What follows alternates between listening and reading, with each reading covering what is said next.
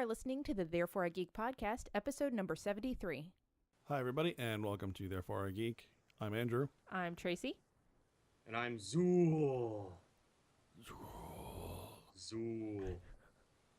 And Andrew's back. It didn't seem like that long, because it really wasn't? Well, it wasn't, but also we pre-recorded an episode, so I was really only gone for an episode. That's true. It felt longer to me because I had to edit them. I'm editing this one, too. Oh, God. It felt longer to you because you had to do work. Hey, I do all the show notes. In effect, yes. Yeah, no, I was right. Yeah. So, yeah. Anyways, so today... Today we're going to be talking primarily Ghostbusters, but before we get into that, we wanted to cover on a couple of topical things. First being the release and kind of nuts insanity that has surrounded Pokémon GO. World takeover. Yeah. So I think out of the three of us, I'm the only one that's played so far, right? I downloaded it, but I haven't left the house today, so that doesn't really count as playing. I honestly don't give a crap about it. I haven't even bothered with it at all. Oh, see, I really like this game for a lot of implications. So the first thing that I really love about it is that when I was a little kid, and I pictured a world in which digital and analog worked in harmony, this is almost exactly what I pictured. I mean, maybe not the cell phone situation, but I mean, kind of this overlay of augmented reality in the world. So to me, it's like being a little kid. Also, the gameplay, for me at least, is very similar to the earlier games. And sorry, this is a throwback to when Andrew got me into gaming, like the very old school Paperboy and Legends of Zelda, where there was no instruction. So I was just learning as I went along, and I've sort of avoided any forums or any instructional information that's on the internet for this one, and I'm just sort of playing the game and figuring it out as I go along, and it's so fun. It's just in a very childlike way. So if you want to feel like a kid again, I would highly recommend it. If you prefer to remain an adult in all things, then maybe not for you. But last night, I was wandering around downtown Hampton because Hampton, Virginia does a block party every weekend during the summer. And so apparently there were a lot of people. First of all, it's fairly historic, so there are a lot of Pokestops, and there were a lot of people putting lures on the stop. So there's a Pokestop, and you go up next to it. It's, of course, all GPS located. What's the word? Geospatial. And you walk up to a Pokestop. It's usually something of historical importance or a landmark of some kind. And if you're right next to it, your phone will recognize that, and you can spin this little photograph of the place on your phone, and then you get new Pokeballs to capture new Pokemon. Sometimes you get other items, eggs, that kind of thing. And then on some, you can also pay for a lure, and rare Pokemon will be attracted to this lure, and you don't have to be the only one that benefits from it. So if you're in a public area and you go ahead and set a lure, you could get 16 or 17 different people wandering over trying to get rare Pokemon. So it was really cool because there were a lot of people running around putting these lures up. So I was wandering across the street in downtown Hampton, right across from the Virginia Air and Space Center. And as I'm walking across, I'm looking at my phone because I'm trying to find the next Pokestop. And this woman and guy who would clearly had just been at the bars wander over. They go, "Are you Pokemoning?" And I said, "Yeah, I am." And they go, "Oh, there's some rare Pokemon over by the bank. Go over there." So these were people that weren't even playing the game, but they'd probably heard it from someone else that there was a Pokemon sitting over there. So we wandered over in that direction, tried to capture it. And I just thought it was it felt very neighborly. It felt very cool. There are people that are geeks and there are people who are not geeks getting in on the action on this game, whether you download it and play it or not. It was just very friendly. It was probably one of the more friendly interactions I've had with strangers in a really long time. So that's because your interactions with strangers don't involve candy. That's true. Mine, on the other hand, do. Also, and windowless vans. Yeah, also vans. So, on that note, I really have been enjoying the game. So, dude, I know you are really excited about all the bad things that have been happening to people playing this game. I love some of them are really horrific. I like the fact they found dead bodies. Oh, that's right. I forgot about that. There's a couple of them. So, Smoking Gun, dated July 14th, 2016. Former Marine was trying to catch Pokemon sea creature when he drove into a tree. The New York man who wrapped his car around a tree while playing Pokemon Go is a former Marine who was trying to catch a Lapras, a blue sea creature, right before the crash Tuesday night. Steve Carey, 28, suffered a broken ankle and leg lacerations when he slammed into the tree while driving along near Lake Auburn, an upstate city about 25 miles west of Syracuse. For crying out loud. Well, no, I was going to say, if it hadn't been for the ex-Marine thing, I would have thought that Billy Joel was playing Pokemon. Oh, God. Wrapped car around tree. That's Billy Joel. The cops report that Carey admitted to actively playing the Pokemon Go game while driving, causing him to become distracted and run off the roadway into a tree, end quote. He's expected to be cited in connection with the one-car crash. According to the family members, Carey spotted the Lapras Pokemon and became briefly distracted, allowing the vehicle to careen off the roadway and into a tree. In an email, Carey's mom said that her son was, quote, injured and extremely tired right now, end quote, adding that, quote, my son is a former Marine who is trying to be a firefighter and an EMT, end quote. Yeah, it was and apparently Ash. Also. Yeah, blasted apart a 1996 Honda Accord. Yep. It's that thing was probably on its last legs anyways. It's a pretty nice smack. I mean, like, you look at the picture and you're just like, geez. He smacked into it. Oh, yeah. Nice. What's another one here? Phoenix from the AP, Pokemon Go craze across the U.S. has people wandering into yards, driveways, cemeteries, and even an off-limits police parking lot in search of cartoon monsters, prompting warnings that trespassers could get arrested or even worse, especially if they cross paths with an armed property owner. Yeah, I'm sure. Did you see the one about the two guys that fell off a cliff? I heard about that one. I don't have that one pulled up, but I do like this. So far, few tickets have been issued, and there have been no reports of arrests or assaults on trespassers playing the game. Those whose object is to use the phone's GPS technology to find and capture animated little creatures in the real world. This stuff is just too much to me. Right around, you were talking about the lures, right? Yes. So St. Louis, Missouri, July 10th. Police say that 4 men used newly released Pokemon Go game to commit multiple robberies in the St. Louis and St. Charles counties. Police say they believe the suspects conducted multiple armed robberies by targeting their victims through the Pokemon Go game. Yeah, they would set lures, I think, and then people would come over and not paying attention and get held up. Which... Yeah, and the one in... I'm not sure if I lived in St. Louis if I would actually play this game. Yeah. In New Hampshire, I think, is where they found the body. I mean, there was one like right outside a Holocaust museum or something. They found two. They found one. There's one in Nashua, New Hampshire, and they also found one in, I think, Montana.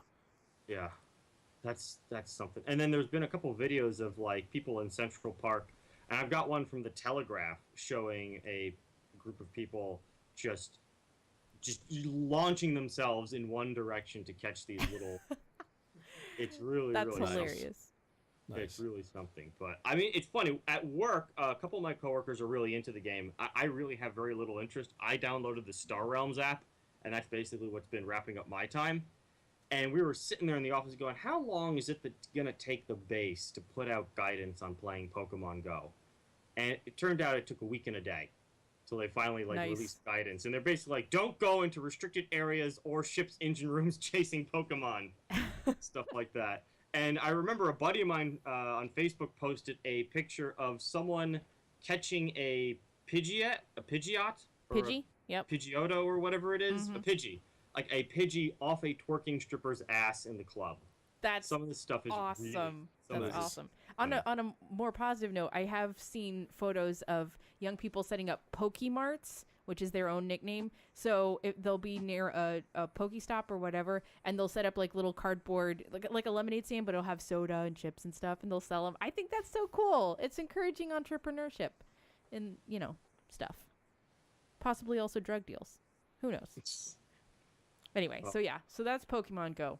Our second story of the day is Frank Cho quits DC in... Yes, this is quitting DC as the variant cover artist for the Wonder Woman line. Man, it has just not been a good couple years for variant cover artists. Yeah.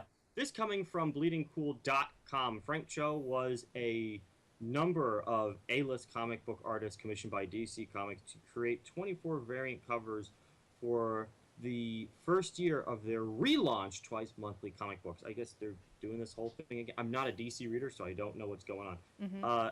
So basically, Cho walks away from this, and and apparently he wants. Well, let's start from the beginning. He talks to Bleeding Cool and issues a statement to bleedingcool.com about why he's left Wonder Woman after just 6 covers. Here it is. Quote, all the problem lies with Greg Rucka, who is the Wonder Woman... Rucka. Called Rucka. out. Rucka. Yeah, Rucka. Excuse me. Who is the writer of Wonder Woman. Everyone who says this, apparently they have him quoted in caps on this one, loves my Wonder Woman covers and wants me to stay. Greg Rucka is the only one who has any problem with the covers. Greg Rucka has been trying to alter and censor my artwork since day one. Greg Rucka, can we play a drinking game with how many times he mentions the man's name? He wants no doubt. No doubt in anyone's mind. My Wonder Woman number 3 cover was vulgar and showed too much skin and has been spearheading censorship, which is baffling since my Wonder Woman image is on model and shows the same amount of skin as the interior art. And it's a variant cover, again, in all caps. And he should have no editorial control over it. But he does. WTF. I tried to play nice, not rock the boat, and do my best on the covers, but Greg's weird political agenda against me and my art has made the job impossible. Wonder Woman was the only reason I came to DC Comics.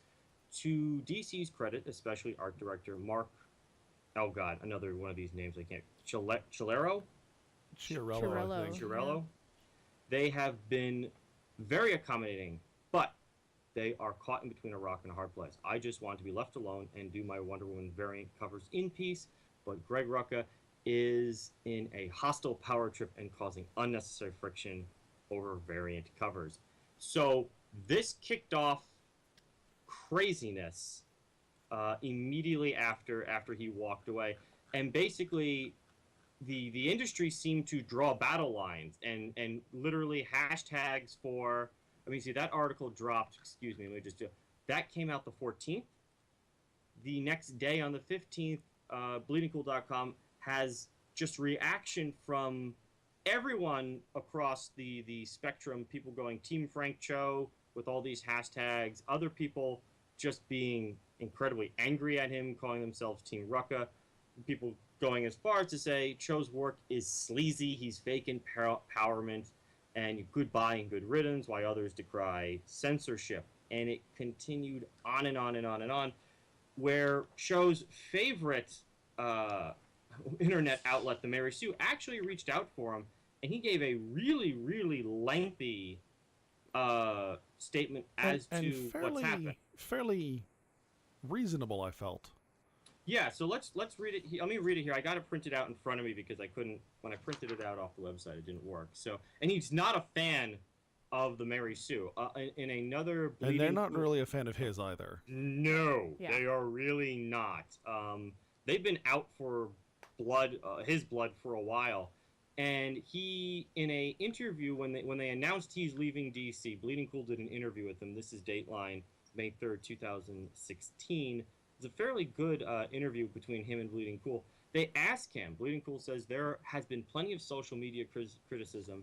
You were painted as the worst choice for the series, I think talking about Wonder Woman, embodying all that is sexist and skeevy about comic books. Is it possible your covers will put women off the comic or simply send the wrong message about the book? And Cho's response is, as a lifelong liberal Democrat and advocate for free speech and equal rights, it fascinates me to see when ultra-liberals become ultra-conservatives, where they see injustices everywhere and cease to see reason. He goes on and on and on, talks about his huge female fan base, and then he continues, they are absolutely wonderful, and they don't share the hateful political views of Mary Sue and the Comics Alliance sites. And the full interview will be up there. I won't go through the entire thing. It's fairly extensive. But his statement to the Mary Sue kind of, it's almost a page long when you print it out, cracks it open, and he says, since you've asked me a straight question, I'm going to answer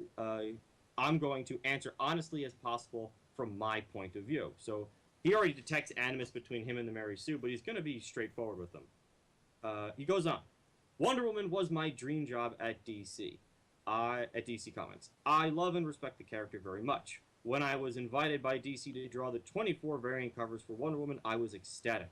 I was told that I had complete freedom on the variant covers, and with the only person in charge of me was the senior art director, Mark. What's his name again? Chiarello? Mm-hmm. Chiariello? Yep. I gotta practice names before I read this crap. Who I greatly respect. Win-win for everyone. Now the variant covers are handled by an entirely separate editorial office than the rest of the books.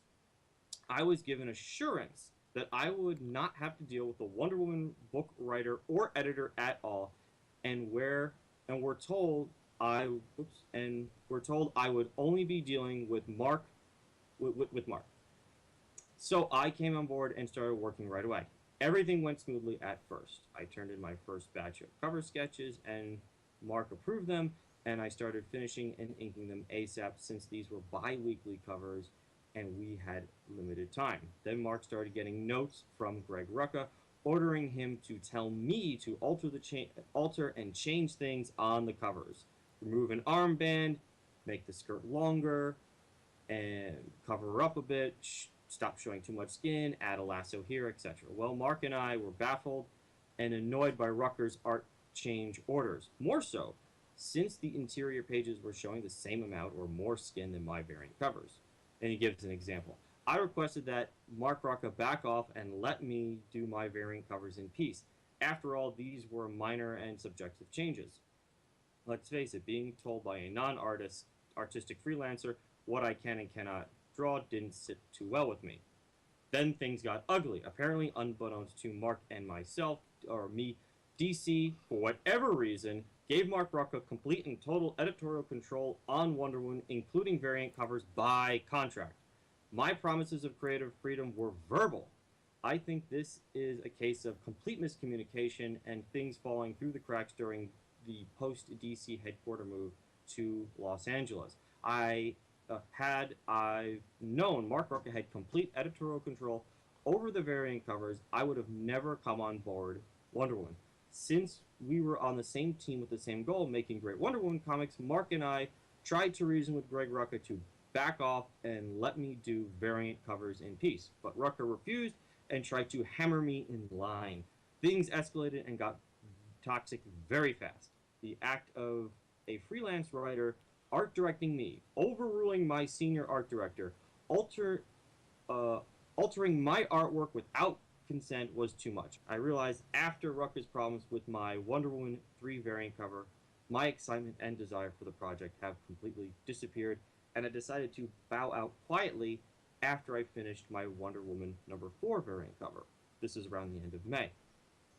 But DC wanted me to stay on and finish out number 5 and number 6 covers to give them time to find a replacement. So I stuck it out, tried to deal with the flagrant disrespect for 6 issues, and quietly stepped off until Bleeding Cool gave me little choice but to respond. They caught wind that there was some discord in the Wonder Woman office over my covers and was about to cast negative light on the wrong people. So I went public yesterday and set the story straight, correctly naming Greg Rucka as the source of the problem before the wrong information was published. So that's that. What do you guys think? Yeah, I'm a little torn on this one. I think Gail Simone kind of put it best that, yes. So Frank Cho has responded publicly. Greg Rucka has completely refused to comment at all. Mm-hmm. And in fact, basically said, his choice his non-involvement is his choice, and not anyone else's. Like, nobody else has a right to know, which I thought was an interesting stance to take. But instead of just not commenting, but I think, like I said, I think Gail Simone kind of said it best. We really don't know what's actually going on. Mm-hmm. Mm-hmm. Obviously, there is some dispute, and I think Frank Cho at least has some justification for being unhappy with the number 3 variant cover. So obviously we'll put up the image between the original sketch and the final cover. But basically, they cropped in the bottom and right-hand side of the image to They basically tried to cover up her butt.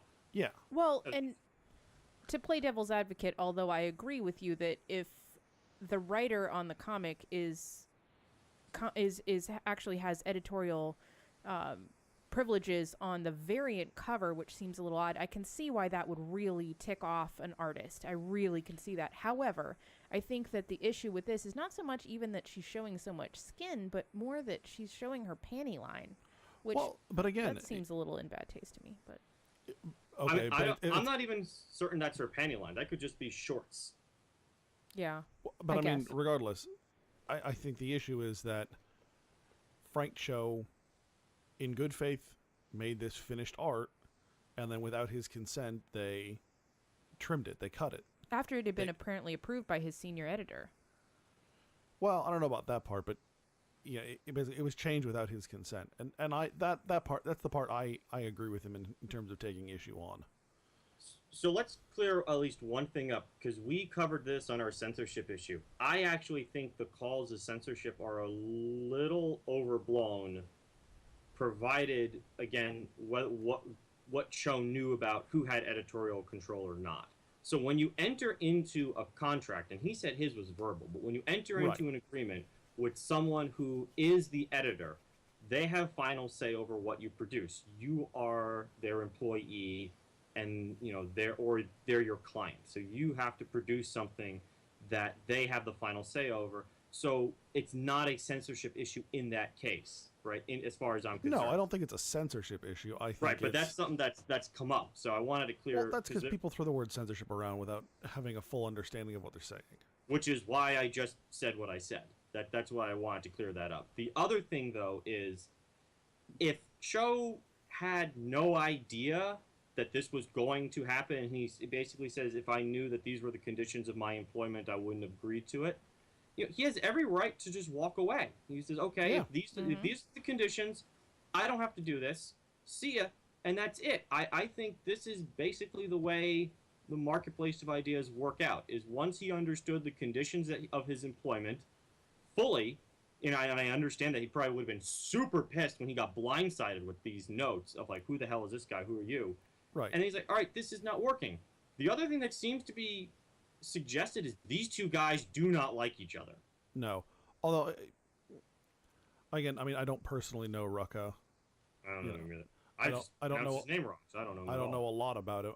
I mean, he's a very talented writer. He did a series called Queen and Country that was British Spy, but like, no shit. Won him a number of awards. Yeah, and I've read the first couple of volumes, and it is spectacular. Actually, you would probably really enjoy it because it's not like James Bond kind of spy. It's like no shit CIA MI6 spy. It's very good. I mean, yeah, I think some of his politics bleed through in that. I would not have pegged him as one having a particularly aggressive political agenda. Yeah. From what I've read of his. So, again, I don't know the person, so maybe he does. And yeah, and look, I'll just tell you my bias out front. I'm a huge fan of Cho's. I love his artwork. No, I think Frank Cho's art is great too. I've bought a number of his books, and I've met the guy a couple times and spoken to him about similar topics. So I just think there really isn't a fight to be had here. I think those who It's also odd that it's over a variant cover. I mean, I guess it's not odd, but well, at this point, that's really not an odd thing because it's almost always over a variant cover. Yeah, I'm about to say it's bad. If you're a variant cover artist, you got to be like, oh man, better put the padding on because it's gonna get crazy. But yeah. I think this is just the way industry, for whatever reason, because we've tinged so much with our art with politics these days. Everything gets thrown in that lens, and I just think it's an artist who was working with a guy who just wasn't working out. He says, okay, this is not, you're trying to tell me how to do my art. I'm not going to stand for it. Thanks, but no thanks, goodbye. I think that's just the way it should have gone. Yeah, like I said, I understand why he got upset with the cover. Yep. But I also see it as him leaving as a non-issue. Yep. You know, people are, there are people out there who are celebrating over Frank Cho leaving. It's like I don't see that as a victory. I think it's just this happens. I mean, there are plenty of times where a writer or artist will walk away from a series for one reason or another that had nothing to do with politics or anything like that. His statement was a little bit strongly worded, but it wasn't even. Well, he was pissed off. Yeah, it wasn't even. He didn't say anything about Rucka's mom or anything. I mean, this wasn't. They weren't even trading insults. He just sort of gave his version of events. So, I see what Andrew's going with. Is people do not like Frank Cho. There is a strong contingent out there that don't like him, and anything that gets him off mainstream books, people are going to be happy about. And anything it's too bad because even that third variant is beautiful work. Honestly, both versions. No, the first one is fantastic. Oh yeah, that's gorgeous too. I can't understand why they would be pissed off about the first one, but whatever. Again, it just felt super personal. But I don't think, and I'll post a couple because he's done a few other things with Wonder Woman where he sent out like sketches. This is also from Bleeding Cool where he recreates. He's done that Manara thing we've talked about before, where she's hanging off the side of the building with her butt sticking out. He's done it with Wonder Woman and Batman looking at her butt, and he's like, hey, I can look at it right here. And he's like, what are you doing? And Wonder Woman's sitting there, please go viral, trying to boost the popularity of my book. Right? He's been needling the progressives for a while. He's got another one that he sketched out there, and he put out a Wonder Woman looking at her butt, saying, "Great Hera, why does Frank Cho keep drawing me with a giant ass? I miss Adam Hughes. He always drew me with a skinny ass." Like, that stuff to me is funny, but it rubbed people the wrong way. Oh, sure. Yeah. And honestly, I don't think Cho is suffering here. I mean, in that interview that I talked to earlier, they asked him, have these scandals hurt you in any way? And his response is, oh, God, no. Quite the opposite. It blew me up into the stratosphere. The traffic on my webpage has tripled. Interest and awareness in my art have gone way beyond the normal comic book community, and people treat me like a rock star at shows. So you know what? Everything to me feels like this played out exactly the way it should have. Nothing to see here, folks. Let's move on. Yeah. Speaking of moving on, so now we're going to talk Ghostbusters. Our big topic for the week. Yes. Let's get into this. Ghostbusters, oh crap, I just had it and it went away. I got so many freaking pages open on my web. Ghostbusters remake of the 1984 Dan Aykroyd and Harold Ramis classic has hit theaters this weekend with an all-new cast starring Kristen Wiig, Melissa McCarthy, Catherine McKinnon, Leslie Jones, and beefcake Thor, Chris Hemsworth, rebooting the entire series about 3 scientists and a streetwise New Yorker fighting the paranormal. The movie is directed by Paul Feig of Spy, The Heat, and Bridesmaid fame, and was also written by Katie Diploid. So, did you guys see, give me a couple sentences what you felt about the movie, and then we'll move right into it. I wasn't thrilled. I felt this movie let me down a little bit, but before I talk about that, I really want to point out that as far as reboots go, I thought it did a decent job of calling back to the original movie without beating us over. It was not just a play-by-play remake. It was a reboot.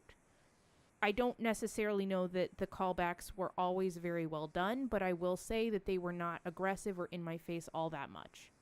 So for what that's worth, I would say that as a positive.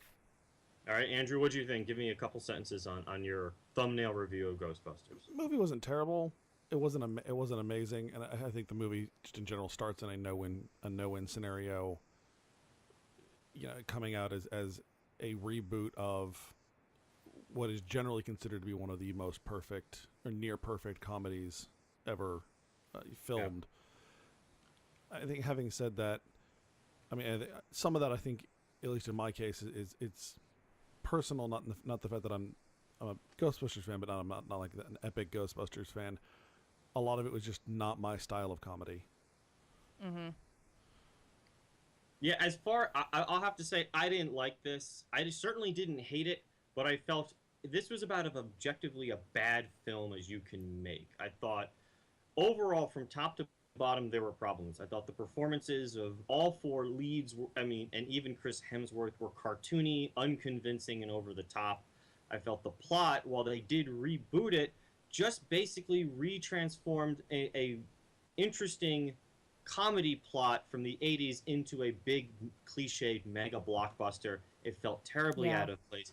I thought Paul Feig was not the right person to do this.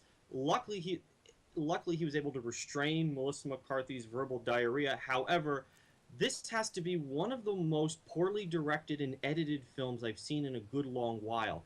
Everything felt very staged, very set up, and very robotic. It didn't have the kind of charm, the down-to-earth charm and grit that the original film had.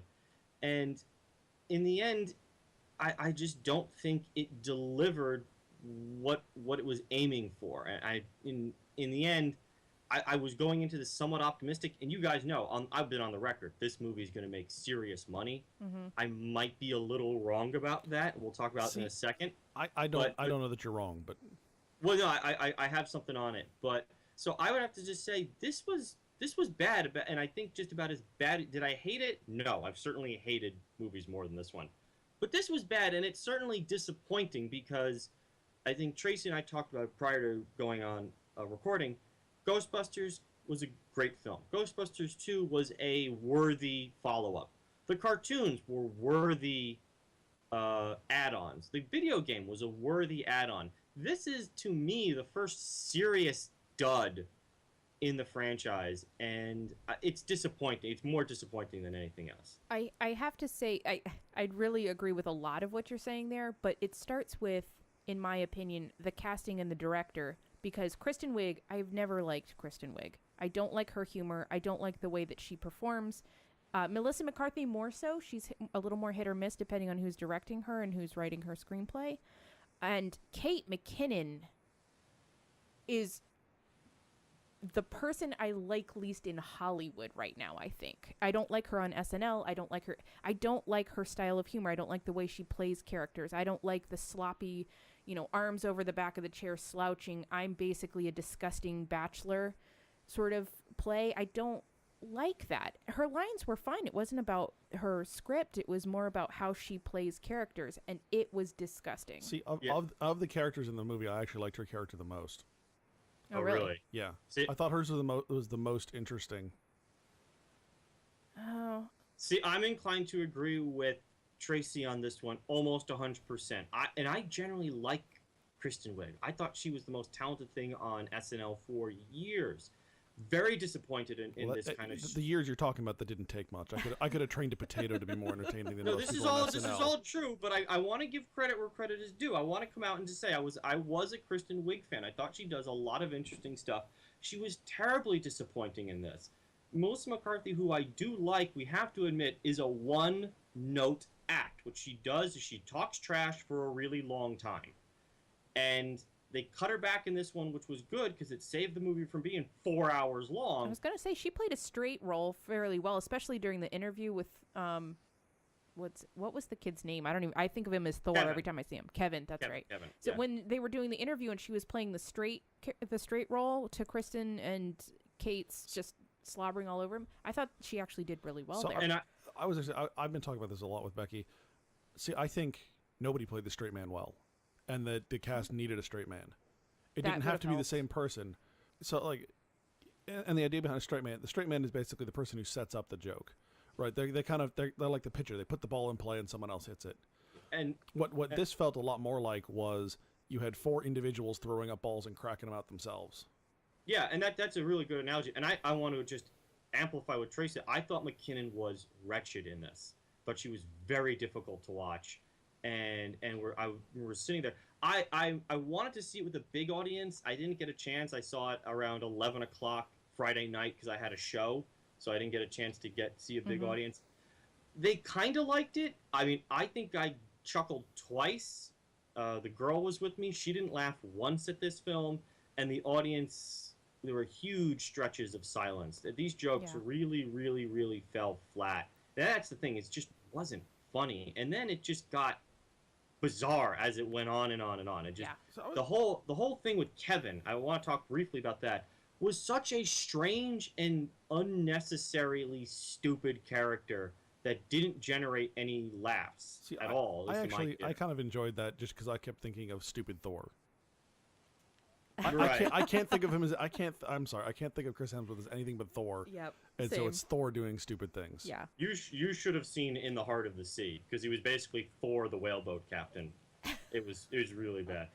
I have to say that Kurt brought up something really interesting, and he said this was sort of set up as a feminist wet dream. You know, we're redoing a full cast of male characters as a full cast of female comedians, and so I sort of maybe I was missing but that's what I felt like was going on in the. Yeah, can we get to that in just 1 second? Because I want to interpret the film, but I want to talk about it as a movie first. Okay. And then we'll get into that, because that's where we get into the landmine. I think that's where the minefield is. But I will disagree with Tracy with a little bit. I thought pretty much all the cameos, with the exception of Ernie L's cameo in the film, were really forced and superfluous. Ernie who? The guy who was Winston. Is that Ernie L? Ernie Hudson. Hudson, I'm sorry. Thinking of a different guy. That's okay. I called him Eddie Murphy after the movie last night. Yeah, no, that's right. I kind of I don't know. They weren't bad. I liked one. Annie Potts's. Yeah, Annie Potts's was good, and I didn't even recognize Dan Aykroyd. Well, that's because Dan Aykroyd's gotten really fat. I was going to say he gained a lot of weight. I was going to try to be nice, but he gained a lot of weight. I did not. Oh, no, he's gained a ton of weight. I was sitting there going, huh. I was walking through the cast of the original in my head, like, okay, we saw them. Where was Dan Aykroyd? He was the producer. And Kurt goes, executive producer. He goes, he was the taxi cab driver. You didn't say it? And I was like, yeah, I thought all of that was terrible. I mean, that was just... The only one I thought that was really bad was Sigourney Weaver's. Awful. I mean, she just appears out of nowhere like some sort of ghost, and even the characters are like... Where the fuck did you come from? The green eating ghost to me was the worst throwback. Slimer? Yes. No, what I thought was awful was the female Slimer. I was like, really? Are we doing... Yeah.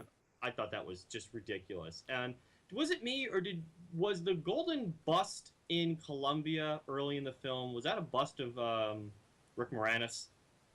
There's a bust along the wall. I know. I recognized, because I know it was definitely something, but I don't know what. Because the girl turned to me and went, "Is that Rick Moranis' bust? Like, is that his face? Is that how they?" Because he declined to be in it, and I was like, the one way they got him in this by just putting a bust of him somewhere in the film. It was also amusing watching Tywin Lannister as a. I thought that was great. Gosh, that was fantastic. That was great. I did like the first Ghost. I have to say that scene in the house, that was where I really felt, oh hey, this is actually a reboot. We're not repeating the library. We're not repeating that. It was similar, but it was different in good ways, and she looked beautiful. No, she looked bad. I liked her. It looked like a video game. You know, but the original kind of did. I thought that was the but that was point. 1980s. That was the 1980s. Was it supposed to? Okay, I thought it was supposed to play out as a little cheesy, so I liked it. No, I mean, see, that's the thing. I don't know. I expected more from a Hollywood production than what I see from a video game. It was $140 million film, which incidentally would have been the exact budget of the first film if they filmed Dan Aykroyd's original script. So that puts that in perspective a little bit. But I agree. For the most part, I thought the Ghost looked okay up until the very end, and things just got ridiculous. And that to me just kind of violated. I mean, the whole part about Ghostbusters is making it this big blockbuster action film, and like, we're being different. That's right. You just packed it with action cliches. We've seen all this before. We've also heard all these jokes before. There was really nothing special here. Yeah. If you've seen Bridesmaids, you've heard all these jokes. Yeah, so that was the other thing. I felt like I felt a lot of bridesmaid humor in this. I didn't feel that as much. I felt half the time I couldn't tell if I was watching Ghostbusters or a scary movie-esque parody of Ghostbusters. Right. Yeah. I mean, really, the way it was edited made me feel like I was watching a film student movie. That this was a college film. I thought it was so bad in that respect. See, the editing didn't really stick out to me. I thought Warcraft was way worse than this. Warcraft was worse, but however, that doesn't make this one good. I mean, was it worse? It was bad, but it was worse.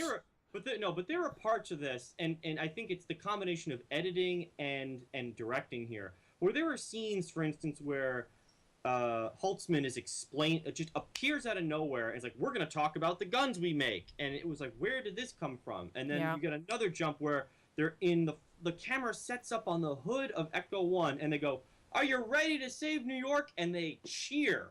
It was like, what is this? Another good example is the guy graffitiing the Ghostbusters logo on the subway walls. I thought, how contrived can we get?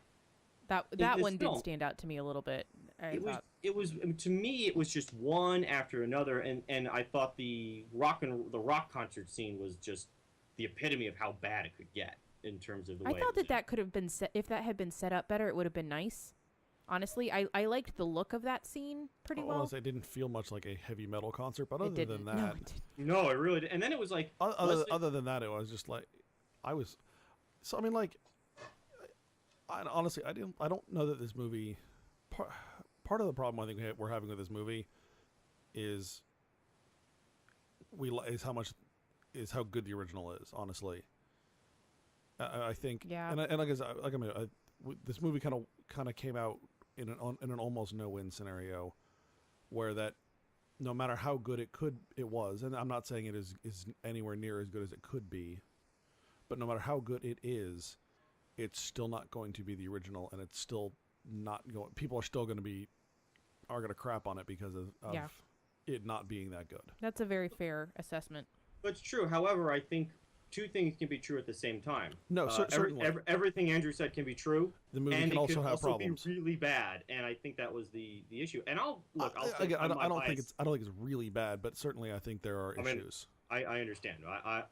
And I'll say my bias up front. I watched the first two Ghostbusters as an adolescent almost religiously, right? I mean, weekly I would put them on. As a teenager, I could quote them almost perfectly, and I kind of outgrew them. And the girl and I had an opportunity to watch a table reading of the Ghostbusters script down here in South Park. And so it was just local comedians reading the script, and we got to really just hear the script as it was written. And it's a phenomenally well-written script. It is just so good, especially when you just listen to it and don't see it. Mm-hmm. It sinks in with how good it is. So it is thankless to, I think, reboot something that has been considered a classic for now going on over 30 years. And again, it goes back to the original point I think a lot of people made when this was announced was, why? No one wants this, and we're rebooting it with a completely new cast, and we'll get into the political implications of it. I would have actually been okay with this new film if it were a Ghostbusters 3, and they set it in the same universe, because in the original idea of the movie, the Ghostbusters were supposed to be like a public utility or a public service group, that they were like cops. That was the original idea. Or like a franchise. I've also heard that. Yeah. So if they had done that with Aykroyd and Ernie Hudson and Murray as the original characters, keeping it all continuity, I would have actually been okay with this. But this kind of, we're going to try it again and do better or do different, it was like, why? No one really was asking for this. But let's get into it. You were talking, Tracy, about how people felt walking out of it, the interpretation of the film. What were you going to say there? Well, for that, I went into it because I felt that it had been marketed on top of the comedy as a little bit of a girl power film. Again, we're recasting all of this 4-person male comedic team as female comedic team. And so which I would like to point out, there was a lot of outcry over when the cast was announced. There was a lot. Oh, definitely. There's no doubt. And a lot of it was not necessarily deserved. It was very, very virulent. Yeah. So I would say that, and this was, I have to give credit where credit is due. Kurt came up with this. I did not come up with it. But he pointed out that everything good that this female team was given to them. They didn't really earn a whole lot in this movie. And a couple of the points would be that they weren't able to go get their own car. They borrowed it from an uncle. They didn't get the firehouse that was given to them at the end. I thought that was a very interesting setup, given that some of the premise was that this was a girl team, and that they sort of played up the idea that these girls had sort of been bullied and picked on and so forth, and then they ended up, just pursuing their passions, pursuing their dreams. Yeah, I mean, I don't know that I'd go that far. I mean, certain things were given to them, but those are really kind of ancillary to the plot of the movie. Yeah, I mean, the car is kind of a classic, Ghostbusters bit of a visual. Sure. But beyond that, I mean, I really don't think. I don't think that had anything. It's more about them them saving New York, saving the world, than it is about them getting the car. Yeah, that's true. That's kind of the point, though. If you go back to the original, you remember the firehouse had all these problems. They fixed it up themselves. Echo 1, you remember they get Echo 1. Dan Aykroyd just goes down the litany of things that are wrong with it, and they fix it up. What was beautiful to me about the Ghostbusters film, and there's a good YouTube video and podcast on specifically one episode on the Ghostbusters, is, it's about entrepreneurship and taking risks and going out there and providing a service when other people can't, and getting messed with by the government in many cases in the original. And in this one, it just became an action film. And I think there was some of that. I mean, they have to find a place for themselves to work out of. They've got to make their own equipment. They are harassed by the government, not to the same extent that. No, not just. I don't think it's near, and that's why I want to piggyback on what Tracy said. It wasn't nearly the focal point the way it was in the original as it was in this one. And not only that, yeah, the girls had a lot. I mean, I don't know if I would say they were handed to them, but every other male character in this film were either doofuses working against them or like evil. Yeah, well, and the evil guy also sort of felt like the geek fanboy. Yes, I'm glad you very pointed that out. Much so, especially his little monologue to them right before he electrocutes himself. Oh yes, I completely agree with it. It was almost like they knew they wanted to make the villain the stereotype of the person they think would not want this film to be made. Yes, I kind of got that same impression. Yes, I walked away with that feeling too. I can see that. That didn't strike me at all, but I can. Oh, I that was one of the things I thought about while watching it. See, I mean, to me, like, again, I can see what you're saying. However, that kind of weirdo, sniveling kind of character is so prevalent all over the place that that didn't jump out to me. All over the place in the franchise? No, in film in general, that kind of weirdo, loner, sniveling kind of character. That apparently has been alive for like 100 years. No. Oh, I didn't catch that. But no, I mean... In the old photograph? That wasn't an old photograph. That was a photograph on their website of their staff.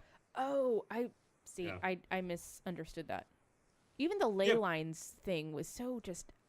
Yeah, but here's... Just kind of came up I want to double back on what Andrew just said. Yeah, the sniveling weird character has been a trope in Hollywood forever. I can't think of a film where that character has been a genocidal maniac trying to destroy the world. I mean... Maybe Kick-Ass, but I mean, especially in the context of this film, it felt far more deliberate than in the context of other films. Well, and again, I'm not saying it's not. I'm saying that didn't jump out to me because that character is such a trope. Oh, sure. I mean, it's definitely a trope. Who was genuinely funny though, out of the guys in this, was Benny. He actually made me chuckle a couple of times. It's Dopinder from Deadpool. Yes, the cab driver. Yes, the stuff that happened to Benny. I felt, and he delivered his lines really, really well. Some of the stuff that the wonton running gag throughout the film was actually fairly funny, and then at the very end, delivering like so many wontons. I giggled at that one, so that was pretty funny. Also Benny's bike getting blown up. Oh yes, that's he just kind of looks at it like, "Come on." Yeah, I mean, I get the only thing that made me chuckle once or twice was actually Kristen Wiig's fawning over Chris Hemsworth. Really? I thought there were like one or two parts where it did make me laugh, where they're pulling Kevin out of the hotel lobby or something, and she's like, "Good God, he's dumber than a box of rocks. What is he made of them?" And Christian, no, he's made of pure muscle and tight skin. Like, I thought that made me like chuckle once, but that was about it. The Dopinder stuff kind of flew by me as stupid. And see, I mean, like, there are definitely times throughout the movie I laughed, but I think it wasn't as consistent. They would follow. It'd be something I thought was really funny, and then they would follow it up with something where I go, "What the fuck was that?" Usually, an awful jump cut and a setup to another scene. Like, hey, let's just go to the alley. And I'm sitting there going, there are no alleys like that in Manhattan. They just don't exist. I'm sitting there going, this is awful. There's no alleys like that in Manhattan. Otherwise, we would have been blacked out drunk in a couple of them. Oh, yeah, we would have fallen asleep. We would have found those. Yeah. Yeah, overall, I would say it's worthy of red box. It's not necessarily worthy of a place on your shelf. No, certainly not. So let's talk. I had a prediction going all the way back to when Andrew and I did the summer previews for the movies of 2016. I think it was in January. Yeah, I forgot when it was did early. But I had been saying that movie will make money. They're promoting the hell out of it, and the audiences that I saw it with were really into it. Now, I saw it at late night on a Friday night, but I didn't take into account that Finding Dory and Secret Life of Pets were coming out. Because Finding Dory, this is off Box Office Mojo, dated today, Finding Dory has now become the highest grossing animated release all time domestically. Whoa. Right? And Secret Life of Pets is predicted to be #1 for the second weekend in a row with an estimated $50.5 million. I haven't seen that yet, but the trailer was hilarious. I definitely want to see that in theaters. Secret Life of Pets. So now they're predicting that Ghostbusters will 40-ish million. About 46 million according to Box Office Mojo. This is the largest domestic opening for both director Paul Feig and is it Feig or Fig? Feig, I think. Feig, yeah, and Melissa McCarthy. Attention now will turn to the film's future prospect, mostly due to how well Feig and McCarthy films have performed beyond their opening weekend. So if you and the Box Office Mojo article goes through a number of the McCarthy Feig films. Some where they teamed up, some where they were separate, and how well they've done. And they go through it fairly detailed. Fairly detailed, and basically more realistically, we're probably looking at a domestic run around 135 to 145 million. Ghostbusters carries a $144 million budget, net after tax, incentives, and rebates, and they go on to explain that how it's fared with audiences. Internationally, Ghostbusters has received $19.1 million from the 3 major territories, along with a few smaller markets. And talking about how they've done in places like the UK, $6.1 million from the UK, opening on the 11th, $3.7 million from Australia, $2.2 in Brazil, and opening in Germany and France. Let's see here, Russia and Italy on the 28th, Germany in August 4th, France August 10th, Mexico and Spain August 12th, and Japan. Now you guys mentioned China? that. Yeah, that's not, the big China's one. not mentioned. I wonder if they're even going to allow it, because they censor stuff. So I don't know. Yeah, but they tend to. Well, they tend to censor pieces out of movies. Oh. And because China's become such a big market, studios tend to acquiesce. Acquiesce to the Chinese government requests. Mm-hmm. And they'll make little changes. Oh, I see. So their release is slightly different. Yeah, so the film we see is slightly different than the film the Chinese will see frequently. Okay, that makes sense. But I was going to say, I mean, coming from your Warhammer discussion, sometimes China is the difference between a movie. Warcraft, yes. Sometimes China makes the difference between a movie that just breaks even and a movie that actually makes money. Do you think this is going to make money? I mean, that was your prediction. So you were saying earlier your audience was not particularly responsive. I think ours was relatively so. I mean, it wasn't like they liked Leslie Jones. I've certainly really liked Patty. I've certainly seen more responsive audience, hands down. But I think we had a pretty responsive audience. I want to be fair. Again, mine was an 11 p.m. Friday night show. I mean, ours was 8:30 on a Saturday. Yeah, so mine was a fairly small group. It was very small. We had a pretty full theater. Although, admittedly, we've been going to one of the theaters that's got the big, comfy reclining seats. So realistically, it's got a little less than I think half of the capacity of a normal theater. Yeah, I mean, I think mine. So that's why I don't want to judge the responses to my audience.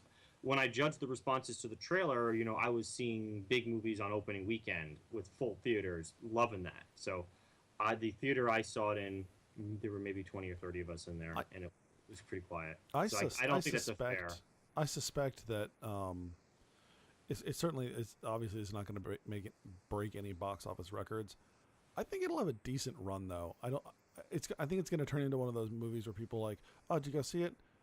No, I haven't seen it yet. And then 2 or 3 weeks later, hey, you want to go see it? Sure, let's go see it. I think it'll have some longevity to it, which will help it out. We will see. So basically, they're saying this is going to come up to around 135 to 145 million domestically, which that's not bad.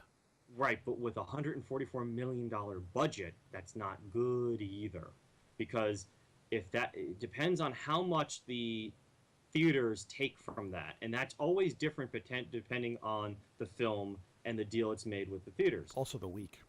Right. So usually, for instance, when Attack of the Clones came out, I remember that the studio got 100% of the opening weekend tickets, and then it slowly went in the direction of the theaters as it went on.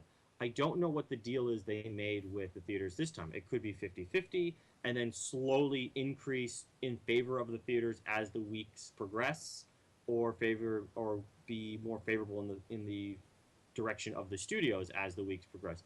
I don't know how that's lined up. So, roughly speaking, you can usually cut the domestic in half, and that's how much they actually made. So if you add marketing, and you add their budget, and you add all this other stuff, distribution, they may just barely break even, which would surprise me. I was wrong. My prediction was this would be a big hit. It would turn a profit, and they would get a sequel out of it. And Do you think they won't get a sequel out of it? They've definitely set one up. No, I think they'll still get a sequel out of it. I think regardless. We might get a sequel, but the sequel might be better than the original. As much as we've talked about Sony being desperate for a franchise, I think anything that comes anywhere close to having something like that, they're going to jump all over. Yeah, I mean, they could be. About $40 million openings aren't what they used to be. Remember, and I'm reminded of Tron Legacy getting a $40 million opening a couple of years ago, and they never were able to generate enough interest for another sequel. So that's a possibility. I'm still inclined to think we're going to get another one. But it doesn't seem like it's going to be the hit that I thought it was going to be. If I thought we were going to see a $200-300 million film, and doesn't look like we're getting near that. That's it, dude. Do you want to start us off? Sure. So I was trying to find Conan the Slayer, and that didn't happen at all because nobody likes Conan. So I would like to point out this is one of the benefits of digital comics is I don't give a shit who's got what. I get everything I want. Yeah, and I don't know if Dark Horse does that. It is actually this week on Comixology it was the new releases featuring Conan the Savage. Yeah, okay, great. Because I saw Bleeding Cool was posted, and I was like, all right, let's do this. And I went to like 3 different shops around town because I almost never buy periodicals. Almost never. But I wanted to try this to be up to date. Sure. And didn't and we've find been it talking Conan like for months. Yes. Yeah. And so, I mean, really, it's just the big project right now has been the Orwell project. I don't know if I've told you about it. We could probably talk about it a little bit when we're done recording. But the Orwell project, that's the big thing. I've been going through 1984 again, but this time with a fine-tooth comb, almost taking notes on every paragraph of that book. This is basically after you I don't want to say hijacked, but no, I was kind of invited, to join them. Annexed. Yeah, annexed is good. You annexed them. You annexed after you annexed the panel. Yeah, so the idea is that I basically want, therefore I Geek, to have our own panel, because you guys were going to do one on Tidewater, and I'd like to do one for us also with, this time, Orwell in mind. And I've been going through a fine-tooth pretty exhaustive list of books and resources that you've had. Yeah, I've been punching through them. I mean, not just books. I mean, like the documentaries I've been watching, the discussion panels I've been watching, tracking down, his other books that are on the topic. And even, you got to have a good group of history and political history. So there's books on that. I want to make sure I have a good grip on this. And I'm going to start crowdsourcing a little bit of it because I never read the book in high school. I know some high schools did read the book, which it blows my mind when I go through. It's like, how do high schoolers know what the hell this is all about? Lots of in-depth discussion. Yeah, I'm sure. That's exactly what that was. So I want to reach out to some educators or kids who remember reading it in high school and how the book was taught to them. Mm-hmm. And that's really been the main problem. Also, it's Pride weekend here in San Diego. Oh, that's right. I saw photos. Yep. Yeah, and I was actually shockingly bored by the Pride parade. Really? Because the photos looked fantastic. That was one slice of a 3-hour-long parade. Oh, jeez. You're also comparing it to like the Halloween parade in the village. I'm comparing it to all kinds of, because I used to do parades when I was in high school. Yeah. And this one was just one giant. It felt like a giant commercials for everything. So like there were very few like just out and proud floats, like the ponies, the dudes dressed as like I wanted lots of that. And there was maybe a few, like, it was them, the CrossFit, and Rocky Horror. And then everything else was local politicians, people chanting Hillary, and then a lot of, like, banks and, Whole Foods, and it was just a bunch of corporate commercials. Sponsored. So that's interesting. Yeah, corporate-sponsored stuff. So very little community stuff that was just, you had every now and again, you had the free the nipple people, the anti-circumcision guys came out. But it was all people with ideologies. It was very little, there was some, Orlando Strong stuff that was around that you saw every hour. Like there was a new float for, or maybe every 40 minutes a new float. But for the most part, I got kind of bored by it towards the end. It was like, this is the same stuff. It's just one commercial for something after another. So I just started playing Star Realms on my phone. How about you guys? So obviously I just got back from my honeymoon. That was 9 days of no internet, no phone. That was glorious. I got ungodly amounts of reading done. Awesome. I literally read every comic on my Kindle, which is 100 plus issues. I read 3 volumes of One Piece. I read a manga called Planets that was really good about a crew of what are effectively garbage collectors in space. They basically pick up all the orbital junk. And one of the main characters is trying to get on this mission going to the first manned mission going to Jupiter. So it's him trying to get in there and getting in, the training and all that kind of stuff. It's really interesting. But there's also a lot of environmental topics. There's a lot of political ideas. It's very, very good. It's put up by Dark Horse. There's a second volume that's currently out that I want to pick up.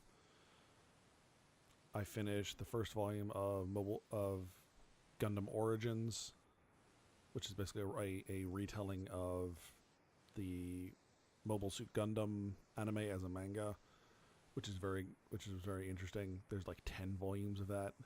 Oh, jeez. And they're like $30 a piece. I'm just like, oh, god damn it, that's so much money. It's good. So like I'm gonna want to buy them, but I'm gonna take my time buying those. And I finished The Last Colony by John Scalzi. Nice. That I started like 6 fucking months ago, and have finally gotten around to finishing. So now I need to pick up the next book in that series. I think it's Zoe's Tale.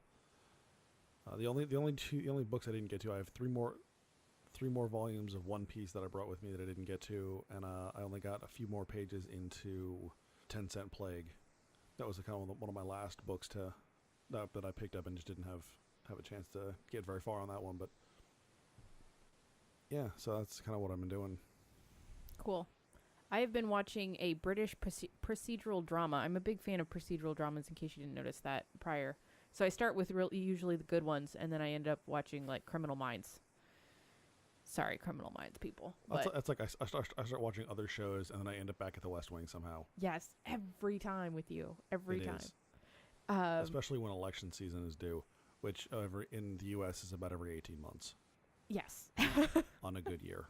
So I've been watching this, and all of the episodes in true British fashion are like an hour and 45 minutes. So it's actually, each episode is like a movie. So I can only usually get through one every so often. So I've been watching that. If I have not mentioned it before, I read through the current issue of Rat Queens and loved it. So I was actually looking into that earlier today or last night. It's on a little bit of a hiatus because so Curtis Weeb, who writes it, he put on Twitter. It's actually pinned, like it's the tweet he pinned to the top of his page. Mm-hmm. His goals for this summer is to finish Peter Panzerfaust.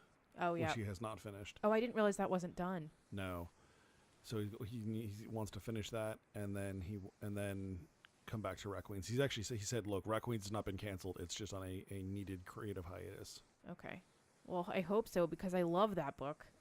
And then I also I started back at the beginning of East of West and read through the current.